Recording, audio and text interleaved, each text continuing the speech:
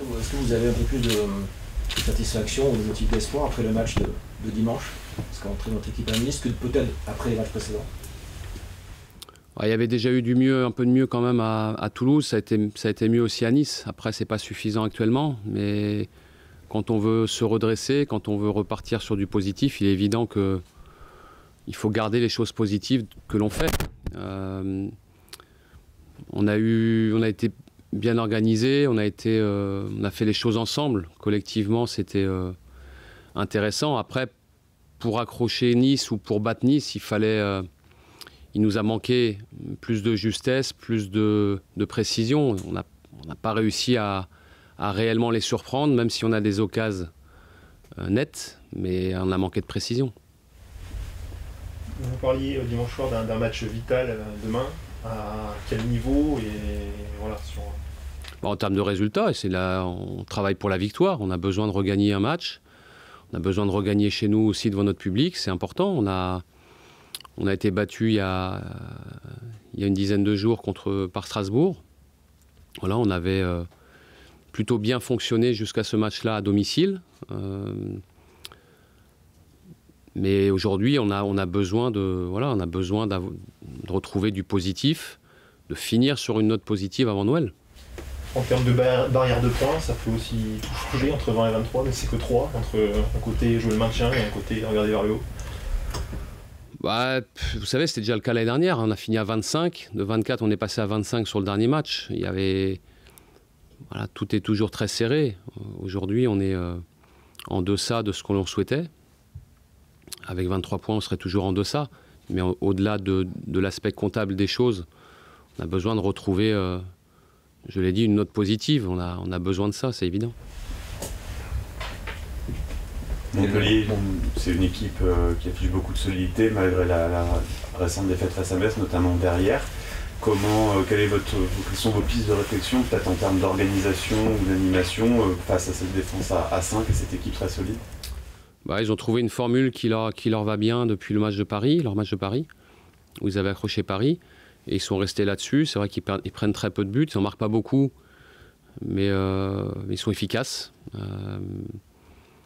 Après, c'est une équipe bien organisée, qui sait bien utiliser les espaces qu'elle a en jouant assez bas, et ils ont une capacité à se projeter, soit sur les côtés ou devant.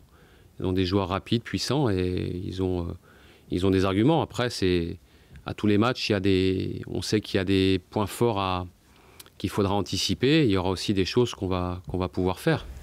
Mentalement, dans quel état se trouve le groupe? Malgré tous les changements que vous faites, il n'y a toujours pas de victoire au bout. Dans quel état vous trouvez vos joueurs? Ils sont toujours marqués par cette longue période où c'est très irrégulier. Après, on fait les efforts, on se donne les moyens de faire un résultat ce week-end à Nice, ça n'a pas fonctionné. Et là, sur le match de Montpellier, il faudra s'inspirer de nos matchs précédents face à Marseille et face à Saint-Étienne, sur les 2 matchs que l'on avait réussi à domicile, avant de manquer celui de Strasbourg. Je crois qu'aujourd'hui, on a besoin de retrouver ces sensations-là de Marseille et de Saint-Étienne. Et vous, le compétiteur que vous êtes, revenir à chaque fois avec une contre-performance, comment vous le vivez personnellement?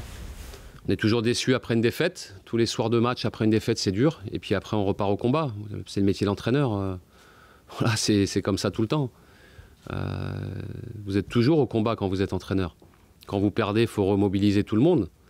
Et il faut repartir en gardant ce qui a bien fonctionné et essayer d'améliorer ce qui a pas marché. Et ça à tous les matchs. Et puis quand vous marchez bien, quand ça fonctionne bien, que vous gagnez, vous devez remotiver tout le monde aussi, relancer tout le monde, pour rester exigeant et pas s'endormir. C'est toujours comme ça. Là aujourd'hui, c'est une mauvaise période qui n'est pas facile à vivre parce que c'est long, qu'on s'investit et que ça ne prend pas forme comme on souhaiterait. Mais il faut se battre pour que ça s'inverse. C'est dur de se sortir du côté émotion, justement, pour prendre de la hauteur, essayer de prendre du recul, surtout quand ça s'enchaîne comme ça. Quand ça s'enchaîne, c'est vrai qu'il n'y a pas à cogiter. On n'a pas réussi notre coup à Nice. Il faut que ça passe contre Montpellier. C'est un autre match, un autre contexte, un autre adversaire. Et ça fait partie de notre métier. On doit être capable de jongler, de passer très vite à autre chose.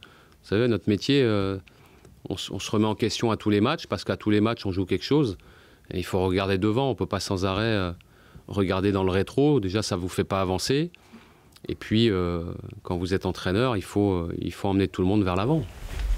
Il y a envie que les joueurs reprennent des risques aussi, qu'ils enlèvent un peu le frein à main, c'est-à-dire sur ce match-là, de toute façon, il y a entre guillemets plus rien à perdre. Oui, bien sûr, c'est un des aspects, ce que je disais tout à l'heure sur le match de Nice. On a fait de bonnes choses, mais après, il manque quand même le petit truc pour surprendre l'adversaire plus. On a des occasions, mais voilà, c'est pas non plus, c'est pas net. On manque un peu d'inspiration. Je crois qu'on l'a montré, on l'a réussi contre Saint-Etienne il n'y a pas longtemps. C'est ces sensations-là, qu'il faut retrouver.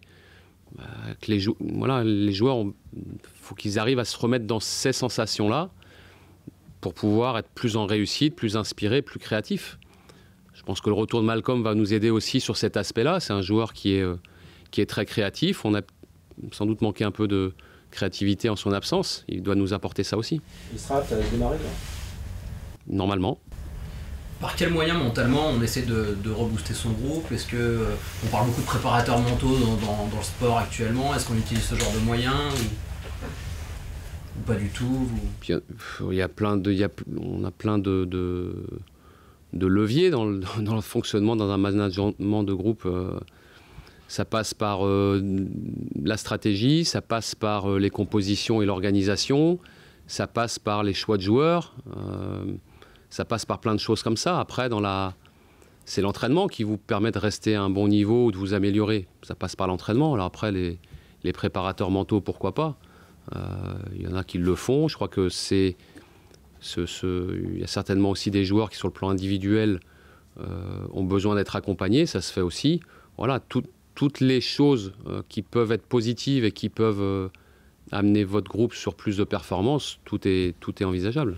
C'est dans ce registre qu'intervient un peu Pierre Espanol depuis quelques semaines. Je crois qu'il était à Toulouse avec vous, à Nice aussi, il me semble. Ouais, on l'a intégré depuis. On l'avait intégré quand j'avais été absent une semaine après mon opération, avant le match de Marseille, et puis on l'a intégré à nouveau avec nous depuis 15 jours parce que il est dynamisant, il est entraînant. Il est complémentaire aussi, il nous apporte un plus dans le staff. Sa présence est importante pour nous.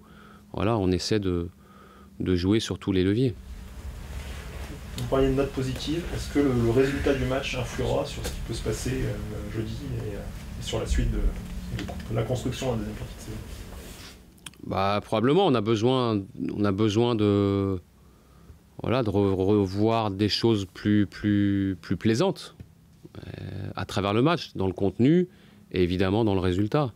Après, on a dit qu'on poserait les choses à Noël. Est-ce que vous avez déjà ciblé certains postes à renforcer? Oui, on a anticipé des choses, mais ça, je dirais que c'est un sujet qu'on abordera une fois que le dernier match de la poule allée sera passé. C'est pas le sujet du jour. Vous avez envie d'une union autour de ce match pendant 90 minutes, qu'on oublie tout le reste? Ce serait bien. C'est le vœu que je formule. Après, je suis que l'entraîneur. Des choses que je ne maîtrise pas. Moi, je l'ai déjà dit, je le redis. Je mets mon énergie là où je peux intervenir, là où je peux agir, là où ça peut être important. Après, autour de l'équipe, chacun a son rôle à jouer. Le staff médical, la direction, le président, les éducateurs autour de nous aussi qui sont importants pour nous, notre public. Tout le monde a un rôle à jouer. Et aujourd'hui, on a tous une envie, c'est que les Girondins l'emportent face à Montpellier. C'est ça le plus important aujourd'hui. Vous parlez d'énergie, vous en avez toujours, vous? Bien sûr. Pour sortir un petit peu des Girondins, la dernière journée de Ligue 1, il y a eu cette faille de la goal line technologie à Amiens. Qu'est-ce que vous en pensez, vous? C'est dommage que cette aide qui est censée être apportée aux arbitres, finalement, les mette dans ces situations-là. Vous l'avez subi aussi un petit peu l'année dernière. Oui, après il y a eu aussi notre match à Dijon, avec le but de Cafou. Il semble que le but soit marqué juste avant par Alex Mendy. Moi je pense que tout ce qui est tous les nouveaux outils technologiques qui peuvent aider les arbitres et qui peuvent aider le jeu, tout ce qui peut apporter plus de justice dans les décisions, c'est mieux, c'est bien. Mais après, il faut que ça fonctionne. C'est vrai que on peut s'interroger sur ces dysfonctionnements-là. C'est vrai que c'est embêtant, quand même. Qu'un but soit marqué et que ça sonne pas, ou que ça vibre pas, ou que ça vibre quand le ballon n'est pas rentré complètement, ça c'est un problème. Après, chacun, c'est à la Ligue de gérer ça. Hein. On avait beaucoup parlé de l'impact d'un stage en janvier dernier. Est-ce que ça sera le cas aussi? Vous allez faire un stage? Oui, on a prévu des choses, on communiquera là-dessus à la trêve. On a prévu un stage à la reprise. Parce que vous avez une équipe un peu plus défensive à Nice. On peut imaginer qu'elle sera nettement plus offensive face à Montpellier. C'est un match différent. C'est un match à domicile où on doit plus prendre l'initiative. Voilà, à Nice, c'était un contexte particulier d'un match à l'extérieur où on voulait refaire un résultat. Et a fortiori contre une équipe qui tient bien le ballon, qui a de longues séquences de possession, qui prend son temps dans la préparation. Donc c'était un contexte un peu différent. Mais là,